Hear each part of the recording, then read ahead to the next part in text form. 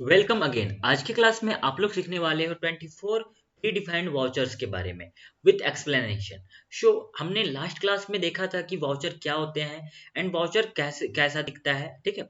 Show आज की class में आप लोग उनमें आने वाले 24 वाउचर्स के बारे में जानोगे जो कि प्री डिफाइंड वाउचर्स हैं। शो उनमें से कॉमन वाउचर्स जो आपने देखा था लास्ट क्लास में कि कॉमन वाउचर्स कौन कौन से थे। शो मैं सबसे पहले क्या करता हूँ, यहाँ से रेड कलर का एक पेन चूज कर लेता हूँ, थोड़ा सा इसका थिकनेस को इंक्रीज कर लेता हूँ एंड सो ऑन। हाँ ठीक है। शो वाउचर्स में सबसे पहला जो कॉमन वाउचर्स आता है वो कौन सा है? Contra voucher, payment voucher, receipt voucher, journal voucher, payment purchase voucher, sales voucher, debit notes voucher and credit note vouchers. ये 8 वाउचर्स जो है ये क्या है? प्री डिफाइंड वाउचर है। एंड बाकी इसके अलावा जो भी 24 वाउचर्स हैं वो सब क्या है? ये जो है ये बाकी जो रिमेनिंग वाउचर्स है वो वाउचर्स क्या है? स्पेशल वाउचर्स हैं जो कि स्पेशल एंट्रीज के लिए ही काम में आती है। ठीक है। ये क्या है? स्पेशल वाउचर्स है। सो आज हम लोग स्टार्ट करते हैं, शुरुआत से स्टार्ट करेंगे कि कंट्रा वाउचर क्या होता है and so on. So contra voucher क्या होता है? When we do any kind of work related to bank, then this type of vouchers entry comes under the contra voucher। कहने का मतलब क्या है कि जब हम बैंक से संबंधित किसी प्रकार की ट्रांजेक्शन ट्रांसफर एंट्री करते हैं तो उसे हम लोग क्या कहते हैं? कंट्रा वाउचर में रखते हैं। ठीक है। कंट्रा वाउचर क्या होता है कि जब भी हम कोई भी वाउचर क्रिएट कर रहे हैं जिसमें हमें बैंक से या तो लोन, बैंक उसमें मीडियम बन रहा हो, या तो वो हमें ये पैसा दे रहा हो या मैं पैसा वहां पे जमा कर रहा हूँ या फिर वहां से मैं क्या कर रहा हूँ, वैसा कोई भी रिलेटेड काम हो, जैसे मैं लोन भी ले रहा हूँ। तो ये सब किसके अंदर आएगा? इसका जो वाउचर बनेगा ये वाउचर बनेगा कंट्रा वाउचर के अंदर में। ठीक है। एंड इसके बाद आता है हमारा पेमेंट वाउचर। तो पेमेंट वाउचर क्या होता है? When we make any kind of payment either is in cash और cheque, then that this type of vouchers entry comes under the payment voucher. कहने का मतलब क्या है कि जब कभी भी हम लोग कोई भी भुगतान करते हैं, चाहे वो कैश में करें या फिर चेक में करें, यानी कि या तो हम नगद पैसा जमा करें या फिर क्या करें, एक चेक देकर एंड पैसा को क्या करें? जमा करें। सो या पेमेंट करें, वो क्या होता है? भुगतान करें, उसे हम लोग क्या करते हैं? उस एंट्री को हम लोग पेमेंट वाउचर के अंदर में रखते हैं, टेली प्राइम के पेमेंट वाउचर के अंदर में रखते हैं। इसके बाद आता है रिसिप्ट वाउचर। रिसिप्ट वाउचर वो वाउचर होता है when we get money in cash और through cheque, then this entry comes under the receipt voucher. कहने का मतलब क्या है कि जब कभी भी हम लोग पैसा किसी कंपनी से या किसी पार्टी से रिसीव करते हैं अपने बिजनेस में, तो इसकी जो एंट्रियां करते हैं हम लोग, चाहे वो चेक के माध्यम से किया हो या फिर कैश के माध्यम से किया हो। ठीक है। अगर ऐसा कोई रीजन बनता है, सो ऐसा जो कंडीशन बनता है, तो इस कंडीशन में जब हम लोग पेमेंट जो करते हैं, सॉरी, जो एंट्री करते हैं वो एंट्री किस में करते हैं? तो रिसिप्ट वाउचर के अंदर करते हैं। ठीक है।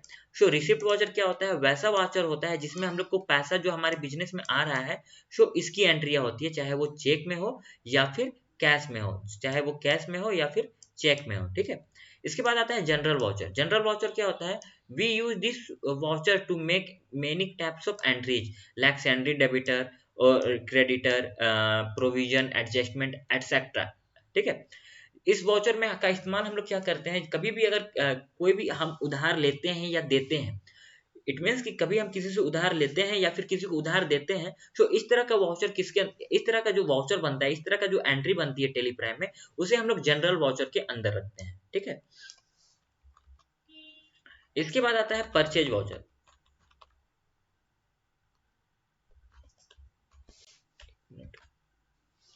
इसके बाद आता है परचेज वाउचर। परचेज वाउचर क्या होता है? व्हेन वी परचेज वाउचर होता है when we purchase any goods from for sale, then this purchase entries comes under the purchase voucher. ठीक है। देखिए, हमने क्या किया? कोई भी सामान या कोई भी गुड्स को जो हमने खरीदा, किस उद्देश्य से खरीदा? उसे हमने अगर कोई गुड्स खरीदा, परचेज किया, किस उद्देश्य से? सेल करने के उद्देश्य से खरीदा। इट मीन्स कि उसे मुझे को बेचना है, मैं एक उससे खरीदा एंड उसके बाद मैं उसे दूसरी पार्टी को बेचूंगा। ठीक है। तो इस तरह का जो एंट्री होता है उसे हम लोग किसके अंदर रखते हैं? तो परचेज वाउचर के अंदर में रखते हैं। ठीक है। सेल्स वाउचर क्या होता है? When we sell any goods और service, then it's comes under the sales voucher. जब कभी भी हम लोग कोई भी सेल करते हैं अपने गुड्स में, अपनी कंपनी में कोई भी सेल करते हैं, कोई भी ट्रांजेक्शन करते हैं, कोई भी गुड्स को या सर्विस को बेचते हैं, तो उस समय जो एंट्री हमारे जो टेली प्राइम में होती है, उस एंट्री को किस वाउचर में रखा जाता है, तो उस एंट्री को हम लोग सेल्स वाउचर के अंदर में रखते हैं। ठीक है। डेबिट नोट क्या होता है?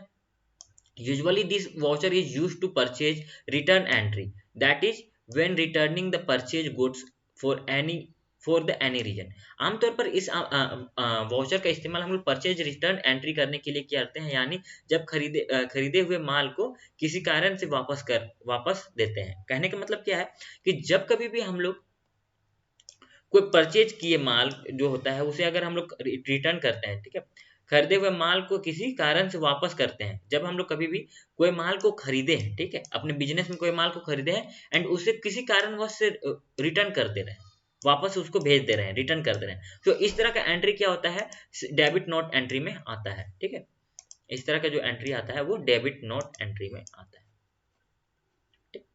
सो आप लोग को समझ में आ रहा होगा कि डेबिट नोट क्या होता है। नहीं समझ में आ रहा है तो ज़्यादा बर्डन नहीं लेना है, क्योंकि जब हम लोग इसकी एंट्रियां जब करेंगे, 12 मंथ की एंट्रियां करेंगे, तो आपका वहाँ पे क्लियर हो जाएगा, सारी चीज़ें आपको वहाँ पे ज़्यादा क्लियर से पता चलेगी।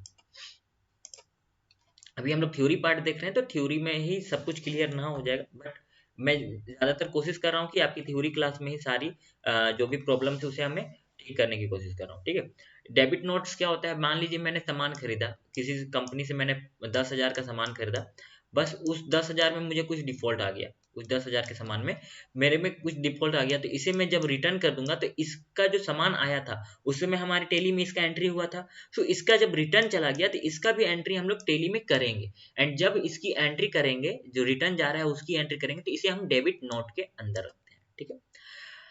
क्रेडिट नोट, क्रेडिट नोट क्या होता है? when the sold goods are returned due to any reason, that is entry comes under the this voucher। कहने का मतलब क्या है कि जब कभी भी हम लोग कोई सामान बेचते हैं एंड वो कोई कारणवश से वापस आ जाता है, हम लोग कोई सामान बेचे एंड वो सामान क्या हो गया कि हमारे पास वापस आ गया, जब हमारे पास वापस आ जाता है तो उस एंट्री को हम लोग क्या करते हैं? क्रेडिट नोट एंट्री में डालते हैं। कहने का मतलब सपोज दैट कि मैंने ये माउस जो है, इस माउस को मैंने बेचा, ठीक है, अपनी दुकान से मैंने इसे क्या किया? बेचा। तो जिस समय मैं बेचा हूंगा तब इसका मैं सेल्स वाउचर बनाया हूंगा। ठीक है, तो सेल्स वाउचर बनाया, बट बाय द वे ये मेरे पास आ गया, हो सकता है डिफॉल्ट होगा, ठीक है, इसमें कोई खराबी होगी, इसलिए मेरे पास रिटर्न आ गया, समझ रहे हो? या फिर जो बायर था उसे पसंद नहीं आया, तो उसने मेरे को वापस कर दिया। तो जब ये मुझे वापस कर दिया तो इसकी जो एंट्री मैं करूंगा, इसकी एंट्री में जो करूंगा वो किस में करूंगा? क्रेडिट नोट में करूंगा। ठीक है। इसके बाद आता है स्टॉक जनरल। स्टॉक जनरल क्या होता है? जब गुड्स को एक गोदाम से दूसरे गोदाम में ट्रांसफर करते हैं तो इसकी एंट्रिया स्टॉक जनरल वाउचर में आता है। ठीक है, स्टॉक जनरल का मतलब क्या हो गया कि जब कभी भी हम लोग कोई भी गुड्स को क्या करते हैं, एक गोदाम से दूसरे गोदाम में करते हैं। मान लीजिए ये मेरा गोदाउन था जो कि मोराबादी में, सपोज दैट, एंड ये जो मेरा गोदाउन है ये मेरा रांची के कोई और पार्ट में है। सो यहाँ से यहाँ तक जो शिफ्ट किया हूं मैं, तो इस गोडाउन से इस गोडाउन में उस सामान को मैंने शिफ्ट किया, जहां पे ना मैंने उसे सेल किया ना उसे मैंने परचेज किया, सिर्फ क्या किया? ट्रांसपोर्ट किया एक जगह से दूसरी जगह। तो ऐसे एंट्री को हम लोग किस एंट्री में रखते हैं? Stock general entry, stock general entry.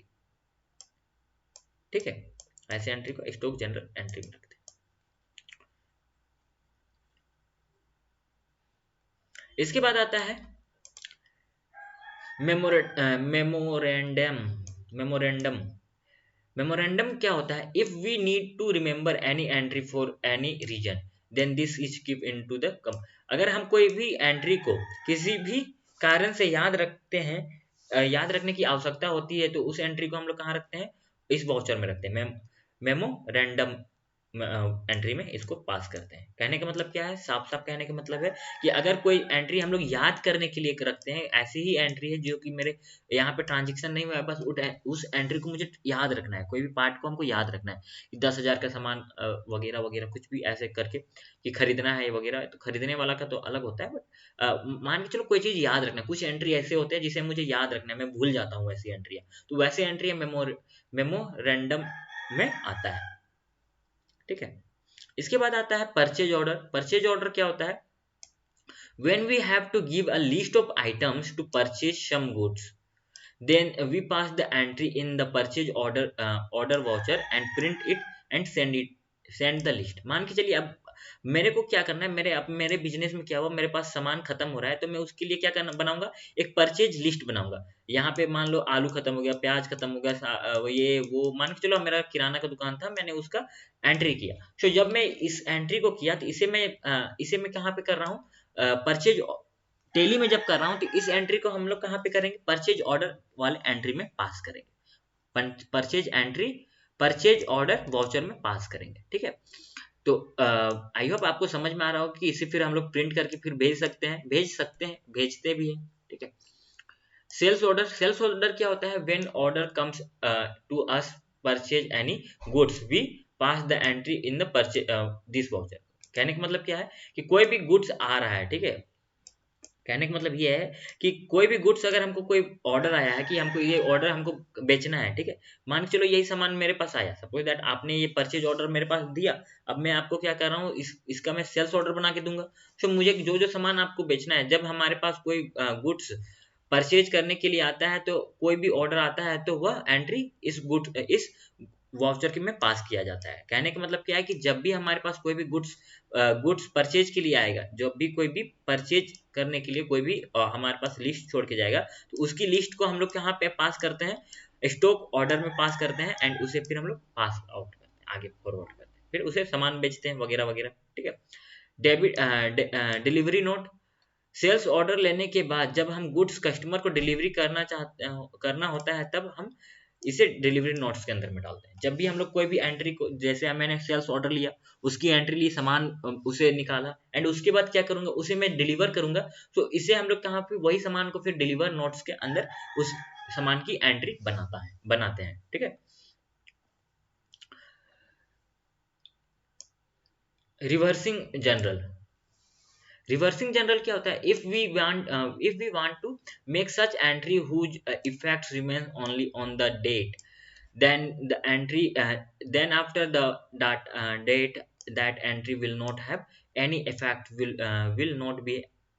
will not have any report, then we will make the entry in the voucher। अगर हम कोई भी एंट्री करना चाहते हैं जिसका इफेक्ट सिर्फ एक ही दिन तक रहे, ठीक है, अगले दिन उसका इफेक्ट खत्म हो जाए, तो इस तरह का एंट्री हम लोग यहाँ पे करते हैं, रिवर्सिंग जनरल में करते हैं।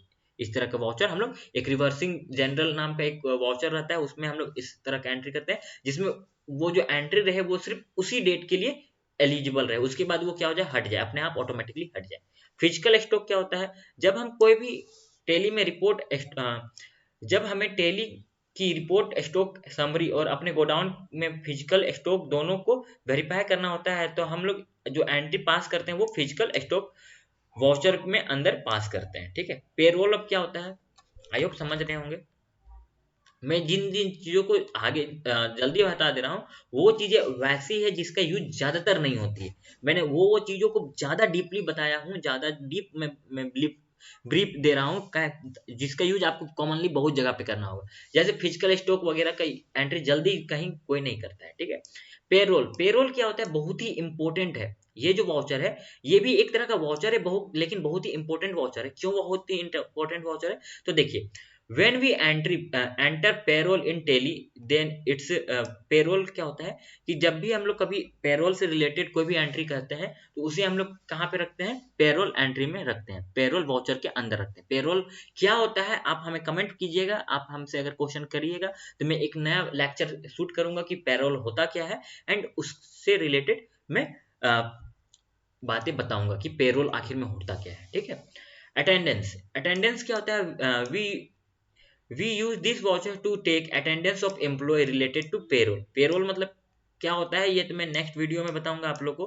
बाकी ये जानिए कि कभी भी हम लोग कोई भी एम्प्लॉय की एंट्री करते हैं ना, जो भी कोई भी एम्प्लॉय की एंट्री करते हैं वो पेरोल के अंदर ही आता है। ठीक है, इस तरह का आप अभी मोटा मोटी समझ लीजिए। ठीक है, पेरोल से जुड़े एम्प्लॉयज के अटेंडेंस लेने के लिए हम लोग वाउचर का इस्तेमाल करते हैं, इस वाउचर का इस्तेमाल करते हैं। ठीक है, कोई भी हम लोग एम्प्लॉय का जो है, एम्प्लॉयज का क्या करना है हमको, अगर उनके अटेंडेंस लेना है, तो वो हम अटेंडेंस वाउचर पास करके उनका अटेंडेंस पास करते हैं। ठीक है, तो आज की क्लास आप लोगों को कैसी लगी बताएं नीचे कमेंट बॉक्स में, एंड लाइव चैट में भी बताना ना भूलें कि आप लोग को ये लेक्चर कैसा लग रहा है। एंड आप और भी हमारे साथ जुड़ सकते हो, एंड आप हमें सपोर्ट कर सकते हो क्योंकि ये जो हम आपको पढ़ा रहे हैं ये फ्री ऑफ कॉस्ट है। तो अगर आप हमें कुछ सपोर्ट करना चाहते हो तो हमारा जो व्हाट्सअप नंबर है वही हमारा यूपीआई नंबर भी है। सो आप उसमें हमें 100-200 रुपये ट्रांसफ़र कर सकते हो। दैट्स वाई कि मेरी जो मेहनत है वो बेकार ना जाए। बाकी अगर आप एलिजिबल हो तो ही करना,